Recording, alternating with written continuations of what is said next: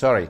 I'm just saying that since we have Center Education infrastructure here, I have just put a URL for doing the streaming via YouTube, because there we have better image quality and handling my images and something like that. Perhaps we can do the presentation via YouTube and then come back here for the questions? That would probably make a lot of sense. I will give you the screen anyway. Yes. But I'm happy to open a browser if everyone else is happy to open a browser. Okay, so I will make you presenter. Okay. There's someone coming in right now at the moment, waiting for name. Okay. A couple of others coming in. So we'll just wait a few more minutes, a minute or two. Yeah, no problem. We have a small problem. Is that the one that was going to talk about how to start everything in using Docker is not here. Have to attend something related to his taxes, so he could not avoid be there. The problem is that I don't know all the commands, so perhaps we can have a small part complementary to this with all the tricks with the Docker.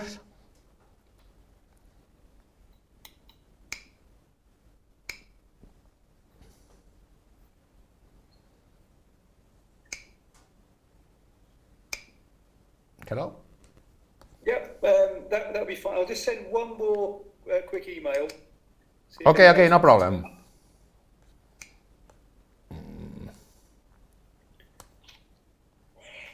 Right, so let's say that the person that was going to talk and let's say solve all the problem about starting everything in Docker could not be here today. He have taxes with the tax government and appointment that he could not avoid. This Andres. Okay.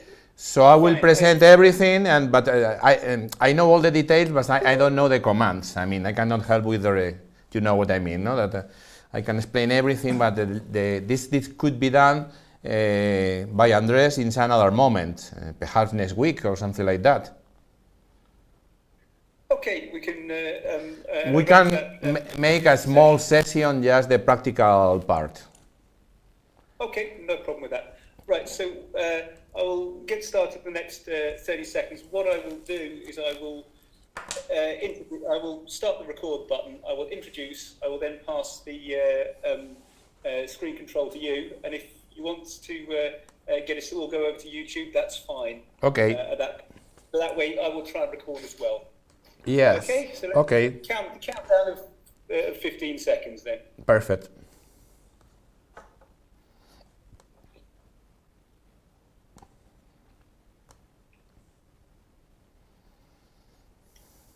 Good afternoon, everybody. This is the second accelerator webinar about core context management, being run by Joaquim Salvatierra of the University Polytechnic de Madrid. And I will pass straight over to Joaquim. So here we go. Hello, good evening. I hope you're having a nice evening. And in this case, I want to share with you that perhaps the presentation, in order that you don't see just the slide and you see me it's a bit better, I'm sharing here a URL for a YouTube streaming that we are doing right now in parallel with this. So the idea is that I will do the presentation over there, and this way you have a much better experience on this. I don't know if you have any problem with the URL, you just tell me and then we start. And thank you, Jason, for the invitation to talk here. I'm also with Professor Gabriel Huecas. I don't know if you see anyone is in the streaming. Hello. Hi. Have you all managed to see the streaming?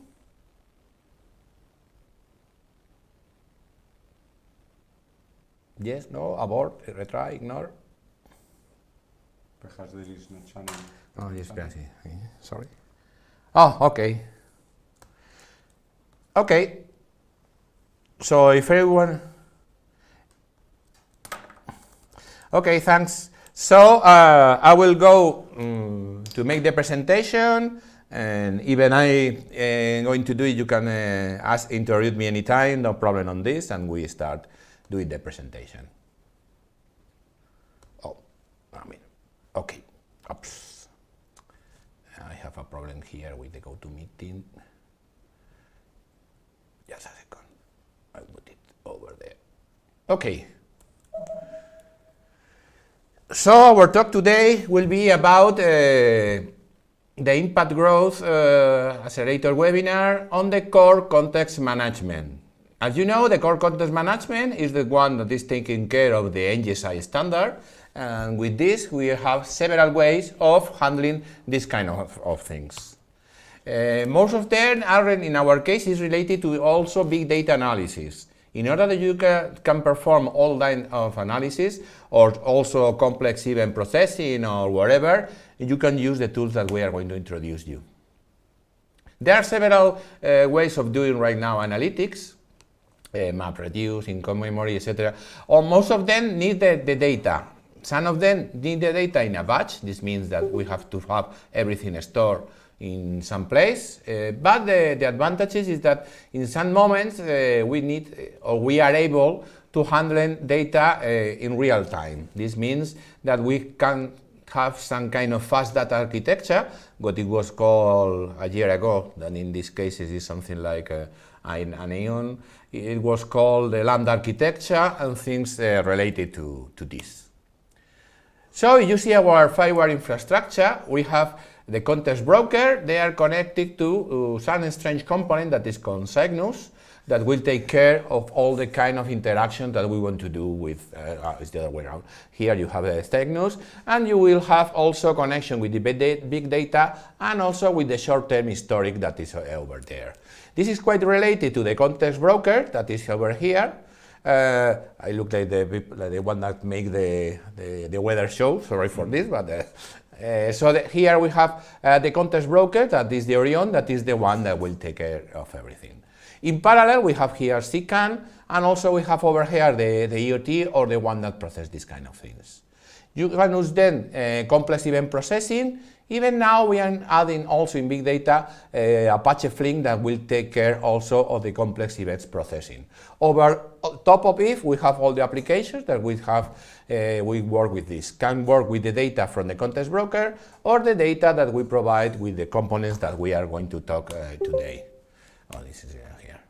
Well, the usual joke, we are going beyond Orion, so you have seen a lot of things in Orion, and beyond Orion you know the Tannhauser gates and this kind of freaky jokes. So we are focusing on the NGSI. The NGSI is the standard that we have. It's quite relevant because it's not only the serialization of the data, you can do it with JSON. Here we have the semantic of the data. This is quite important because up to now, none of the standards has taken care of this. Even is ongoing, something that is related to NGSI LD, where we have RDF and all the power of the semantic web. This will come very soon. So we have three components that take care of the NGSI subscriptions. We have the last value. This is the Orion Context Broker. Probably you have done a lot to the work with it. You can handle all the registration and all the events, and when everything changes, you get an event and you know what is happening. But the idea is that the Orion Context Broker have just the last value, or perhaps the last value, depends on the implementation. This means that if you want to know exactly what it has right now, you have to use the Orion Context Broker. But if you want to have an historical, we have two solutions. One solution that is packed in one single program, that is the common STH, the short-term historic, that keeps a small historic log of the different value that you have in the context broker. Also have some queries that can do aggregation. We will see about it later. But for example, if you are monitoring the temperature in a room, with the Orion Context Broker you have the temperature that the sensor is saying that is happening right now. With the short-term historic, depending on the size, you can have the values for the last month, for example, and you can ask it for the mean value. This means that not only gives you the raw historic, but is able also of doing some application over there. So simple applications or simple aggregation operations can be done with the Comet. And if you want to use all the historic, there you have Cygnus. There you can connect everything to different databases, even at the same time. We will see this later.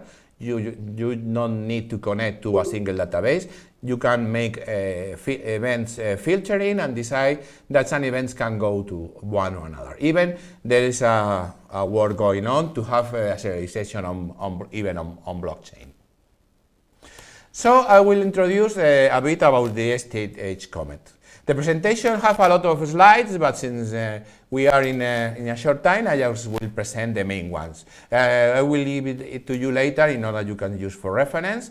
And as I said before, we can have a small session next week where Andres, that could not be here today, can solve you all the problems on how to start everything with Docker and these kind of things. So, as we said before, the context broker just gets the last value, and the short-term historic gets the last ones. Not all of them is limited in capacity, but the advantage is it's very simple to use and very simple to install components. It's a self-contained application that basically is an ODS web server that takes care of the NGSI registration with the Orion, and also MongoDB database that will keep everything over there. So we have some kind of time series database where we have different things. We have raw data. We can get, as I tell you, give me the last values for a temperature in a room in last week, and we get a series of them. Or we can have also some kind of aggregation. We can have pagination, and also all the things that you usually have in this kind of databases or in web applications. Probably most of you are used to this kind of things. It's built with a REST API. This REST API is quite flexible, allows you a lot of things, and allows you to do several things on this. So how it works? I mean, you can ask, instead of asking things to the Orion Context Broker, you just handle Cygnus or another component. Even you can connect directly. Here we have just the Cygnus solution, but it's not needed. You can connect directly to MongoDB.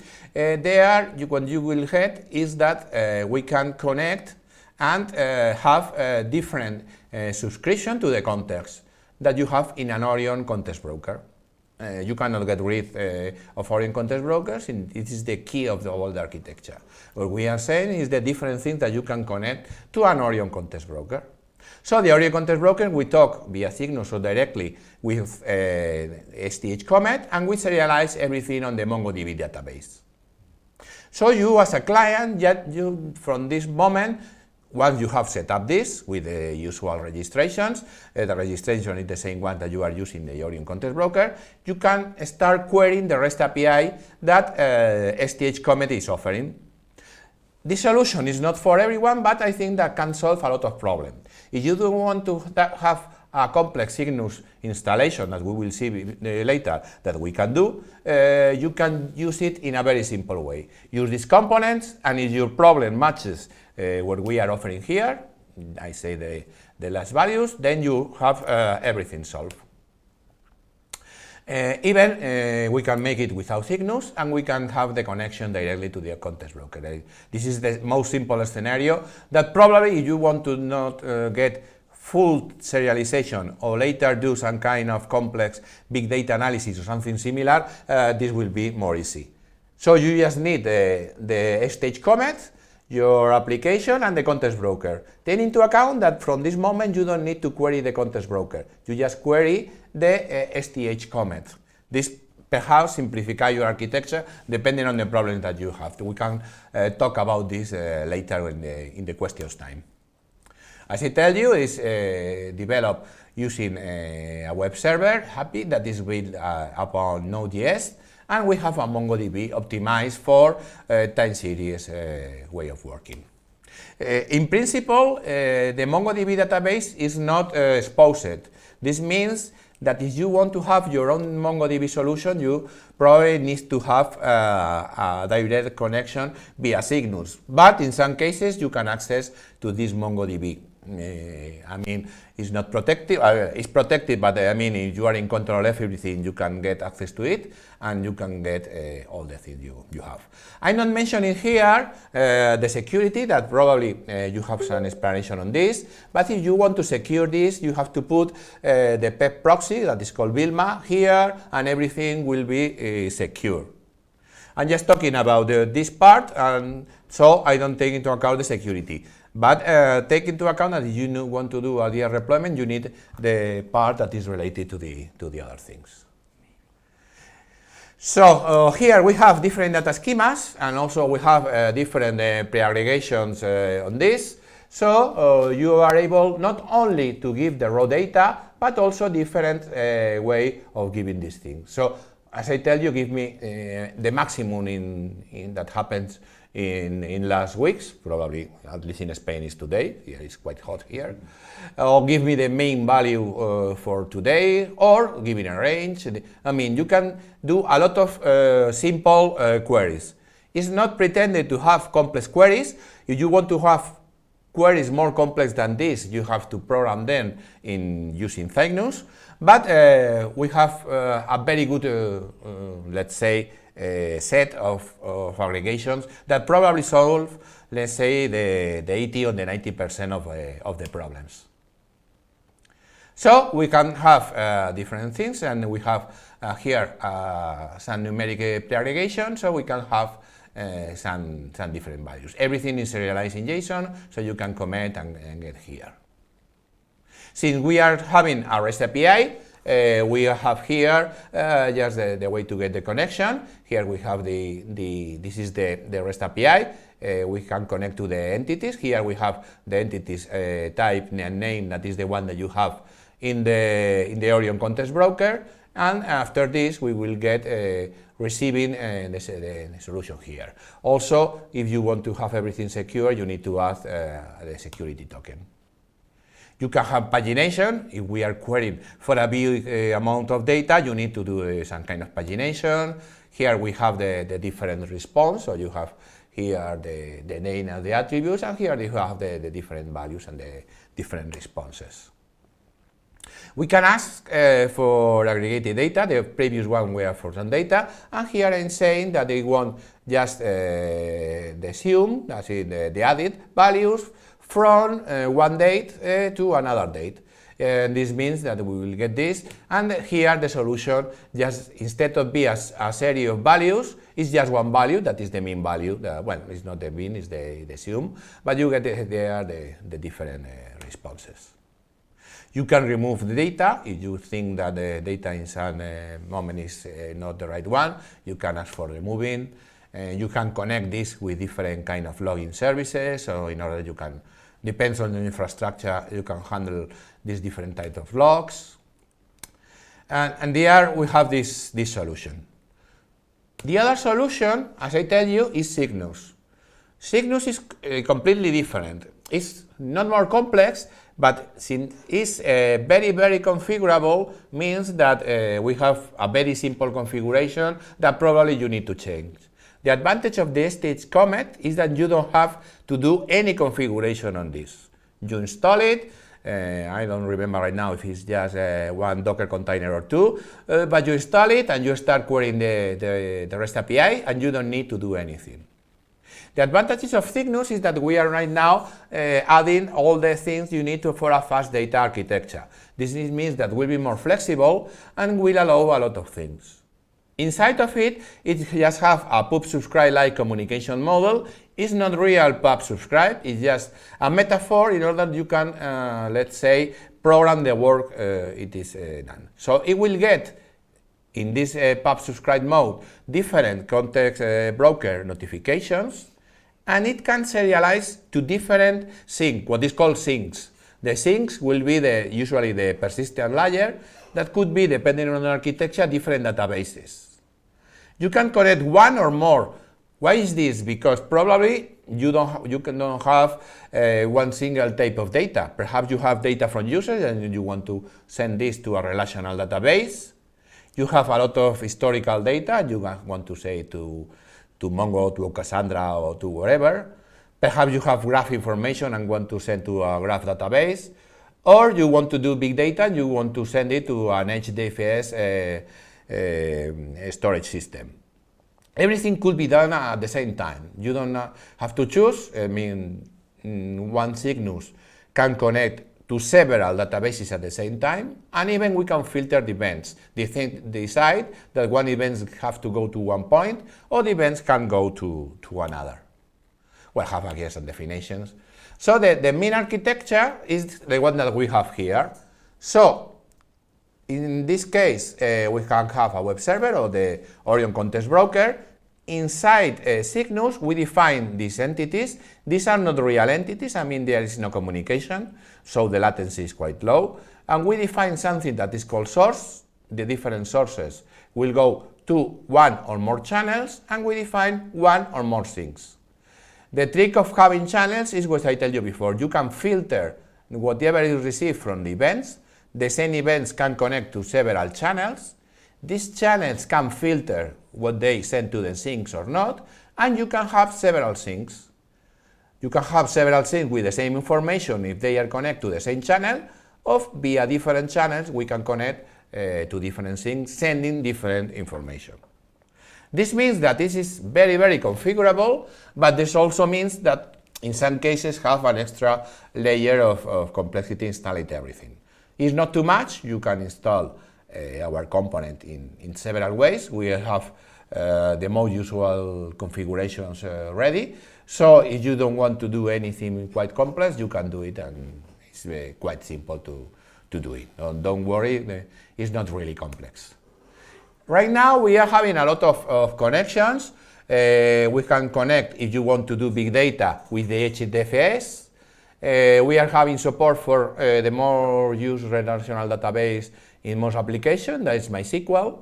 If you want to publish open data that is also connected to the market, you can serialize this to CCAN, MongoDB that we are using here. Even you can connect to an SSH commit. I mean, this is compatible. You can have Cygnus and SSH commit. With Cygnus, you capture everything. You still can have SSH commit and make communications with it. We have already providing connectors to Kafka. This way, you can make push subscribe depending on the infrastructure. You can connect also with DynamoDB, with PostgreSQL, CartoDB, Cassandra, and now we are working on a blockchain connector. Also, we have some experiment with Twitter, but well, this is something that probably you don't need. Here we have some examples, and what we have here is the model. As I told you before, the model is that I provide a source, later I provide a channel, and later I provide a sink. These are defined here in a text file. The text file is the configuration file. We provide simple for this. And what you declare here is that you have a source, a sink, and a channel. This is the simpler configuration, where the source just take connection from HTTP and the port 5050. The sink is a simple one, and that could be the database, and the channel is whatever, just let pass everything. So you just have to provide this connection, and depending on the sinks that you want to have, you have to install the required database or the required system that you are willing to use. As I tell you, we can help you with the different connections. We have a lot of examples, and we can guide you on this. For example, if you want to send information to multiple backends, this is I tell you before, you just define a single source, that is the one that will be connected to a web or will be connected to the Orion Context Broker. We define 3 channels, and these 3 channels, what is sending are the events and the NGSI information to 3 different sinks. The 3 different sinks could be 3 different databases for 3 different purposes. For example, HDFS for big data, a relational one for some information, and a NoSQL one for some other queries.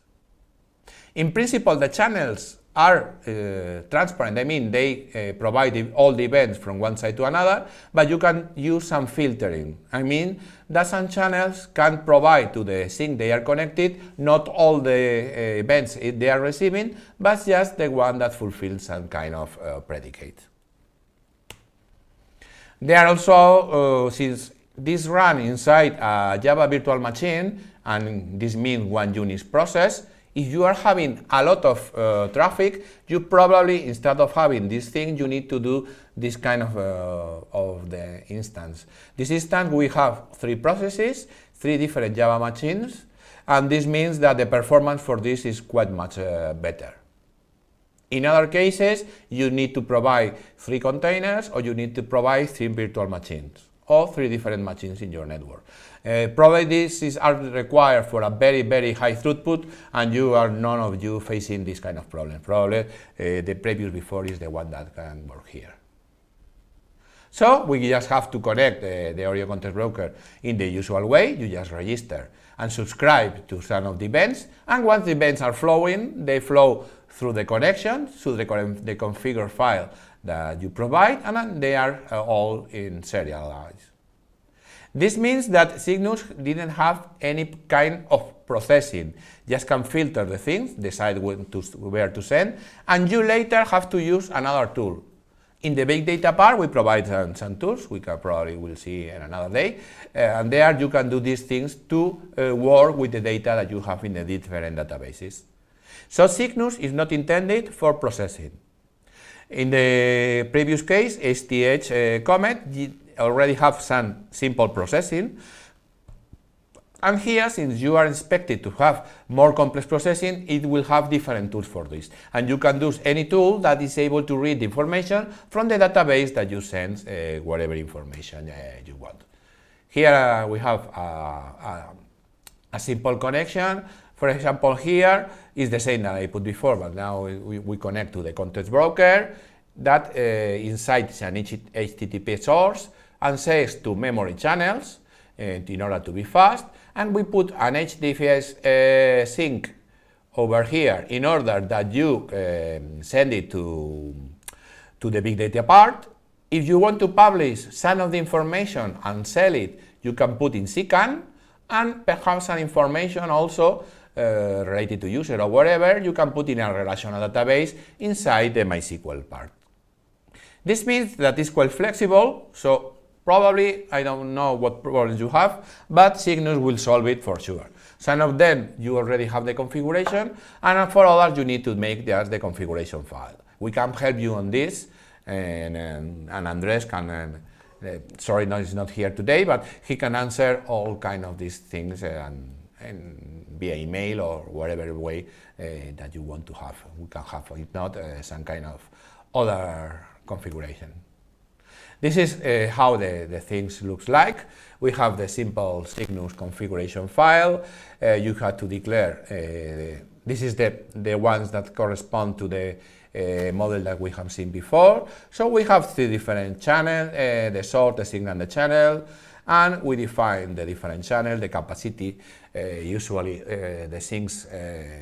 If you are doing the processing at a normal speed, you don't have to have anything too quite complex. There are the definition of the different source, all the details on this.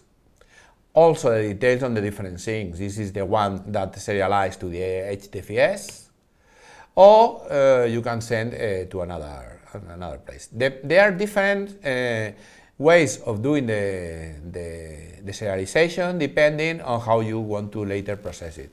Usually they are done in JSON rows, or you can have JSON codes. It depends on the database you choose and how this is handled. In this case, HDFS will handle, I think, it's a plain text files, but with the distribution that Hadoop needs, and we'll have it in this kind of way. As I tell you, we are now providing integration with Kafka. This is still ongoing, but you can start using it, and you are able to do some fast data streaming architecture. This is still under trial, but well, if you can ask and try this kind of things. There you can connect the applications to a Kafka, and then to the context broker, and then no. It's the context broker to Kafka or wherever, you can receive things there, and later from Kafka or from context broker you can connect to Cygnus. And from it you can serialize the same way that we have said before. We have here the configurations, the high availability. Oh, I don't want to tell you that is with Zookeeper is quite complex, but this is if you have a very high throughput, that you need a lot of instances from Cygnus and to have everything alive. As I tell you, we are doing right now a blockchain integration. Here we have a very simple smart contract that do these kind of things, and we are developing a Web3 connector that allows to send it to Ethereum context broker, the blockchain. Probably we will able to give some on this quite soon. So this is the presentation that I was intended to give. I hope that helps solve your problem. At least you have to know what you have to use. I tell you the context broker you already have. Probably you need to have Cygnus or the short-term historic. You don't need to have both. I mean, you can have, if your problem is solved without Cygnus, I would say don't use Cygnus, use just the short-term historic. If your problem requires some kind of serialization, then use Cygnus and connect to whatever you need. And this way we can solve all the data persistence and all the things that you need or require. So we can move to the question time. I go back here with here the GoToMeeting. Any questions? I was too fast. I was a bit boring. Hello, is there any there? Are you all asleep in siesta time? That was excellent. I was just going to steal back the screen.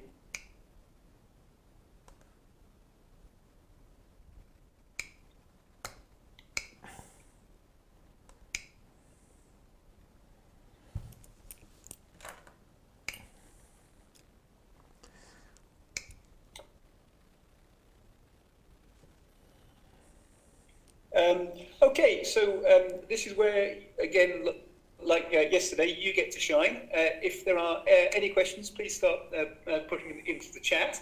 If not, I will start off with a few questions of my own. So the first question I have is, could you describe the correct use of the FIWARE header and how it's, or the FIWARE header and the service path header, and how it affects where stuff goes in the database? Excuse me, I don't have the header of what you are saying. The FIWARE service header and the FIWARE the headers on the request. You mean, well, here everything, in principle, everything goes via the syncs. I mean, you're talking about Cygnus, everything is serialized in the database. Yeah, but when I have data coming in from an agent, yes, I have a FIWARE service path and service header. Yes. And then how does the flow of data work from the IoT agent to Orion to oh yes, from the IoT you get the IoT. How does the service path header affect this? Okay. These details is more under the one that control is. From my point of view, what you have there is that depending on the different entities that you have in the context broker, you get the communication from the AT agent to these entities. The context broker, as I said before, is keeping the last value that is provided by the AT agent. This means that wherever a value is changed, it sends a notification to everyone that is connecting to this value, to this entity. These connections are sent to Cygnus, and as I tell you, Cygnus is not very much intelligent. Whatever it receives is just serialized. So it's the logic that is inside the context broker that decides where is everything going.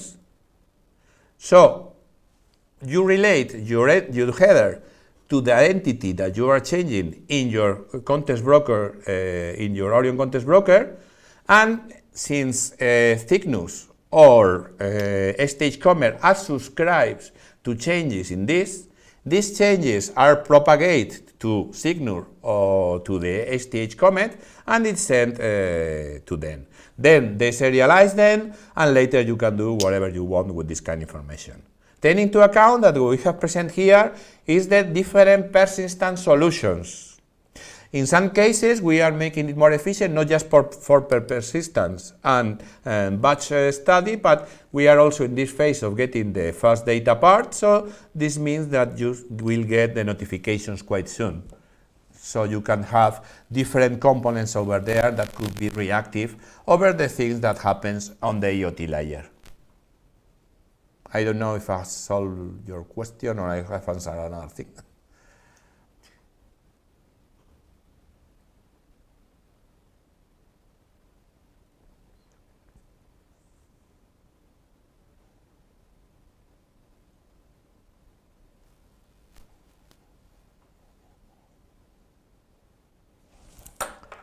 The chat.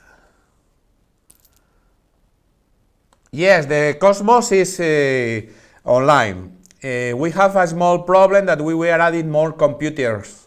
Right now we have a small problems with OpenStack, but since last week it's online, and which match computer power. I don't know how many cores.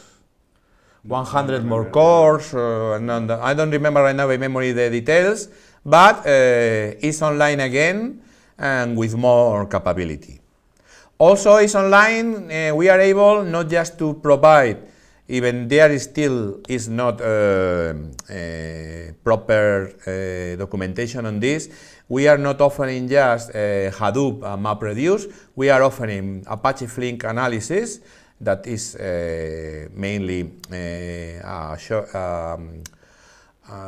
event processing part, and also we are offering Spark Scala. If you know this kind of thing, you can send Spark Scala jobs also, not just Hadoop MapReduce ones. This is more simple for some people and more complex for another, but we can talk then later in Cosmos.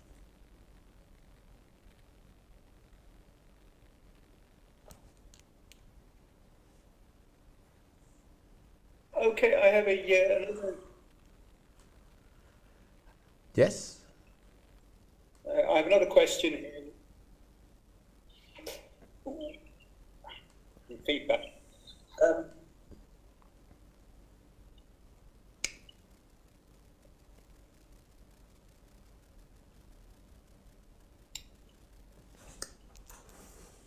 Right. Could you mute your end for a second? Yeah, no.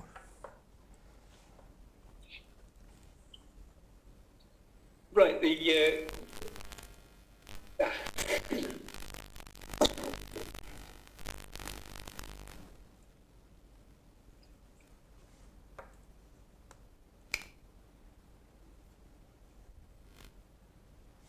Oh, you're still on there.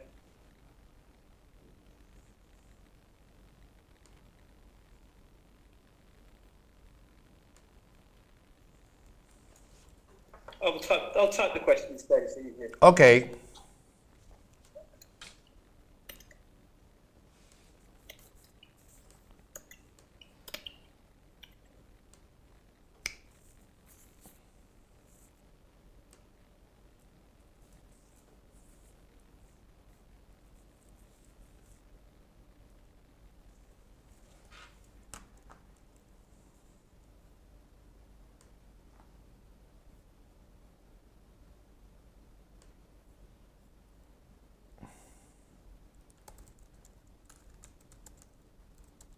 Well, there are some stress tests that have been done by the, let's say, the quality assurance group.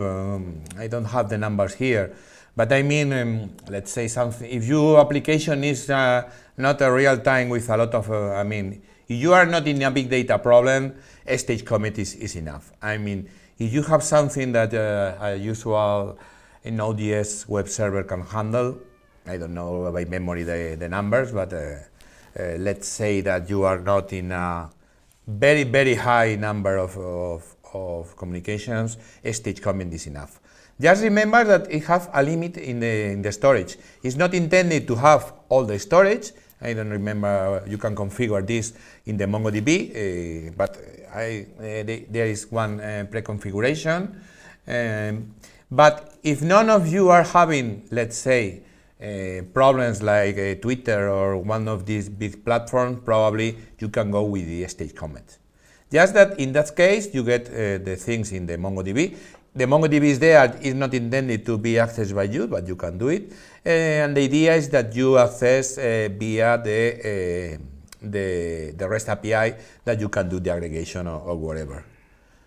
So if you are not having a real big data problem, STH comment will be enough for you.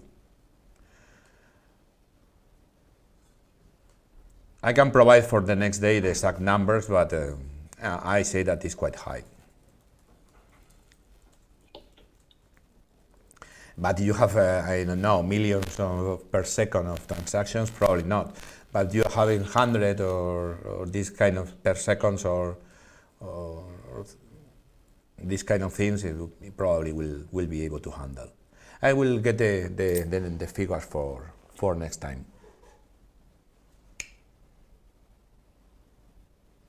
But as the other limitation is more on the storage than in the processing. I mean, it's not storing all the data. If your data is changing a lot every second, probably a stage comment is just, well, depend on your window on your data. You just need the last day, for example, it's no problem on this. But for most typical sensors, a stage comment is enough. And unless you have a whole, let's say, smart city sending all the information to one single stage comment is enough. Remember that you can have several stage comments. Since you are the one that are doing the registration to the different NGSI entities to the Cosmos, you can have several stage comments, one for one or more entities. You don't have, let's say, you have one or more Cosmos, and you have different entities there, and you are registering to listen to the events on the changing of these entities. This means that I can have several stage comments if I have problems on this. When you have several stage comments, then you have to have some coordination, and this is the thing I haven't told you about the Zookeeper. Zookeeper is a component from the Apache project that handles the high availability of different components. It has a protocol inside it in order to decide which things are alive and to keep everything alive. But this is for very complex scenario. For a simple one, I think that depending on the problem and the query you have to do with the data, a stage comment will be enough. And if not, you can put several stage comments, one for each entity that you want to have. But I don't think that most of you have this problem.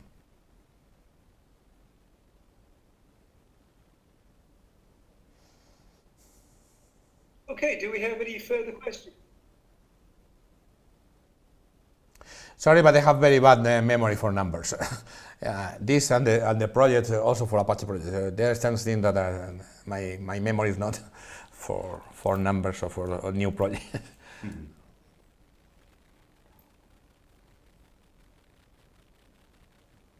So, any more questions?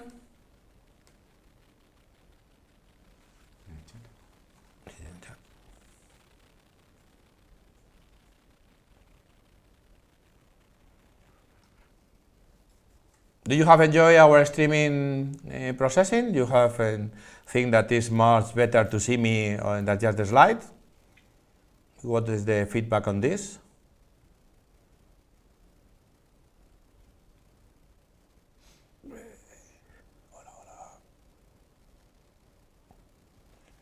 Okay.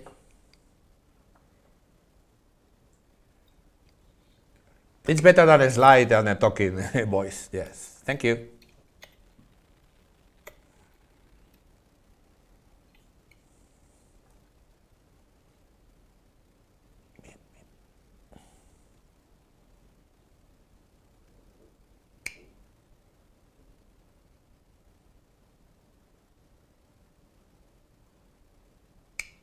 silenciado. Right, so if there are no further questions, we can wrap this up. I just want to thank Joachim for giving his time to us today, and remind you that you can still use the usual methods to try and get any further questions. So thank you very much.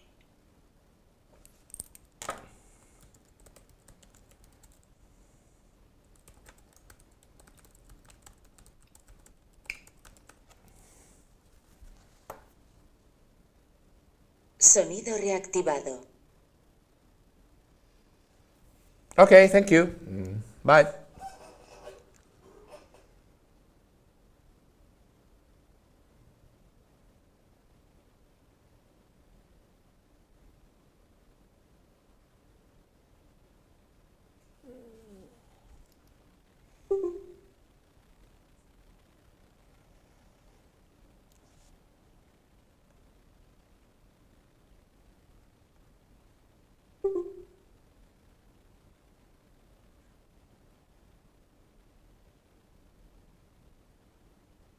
Okay.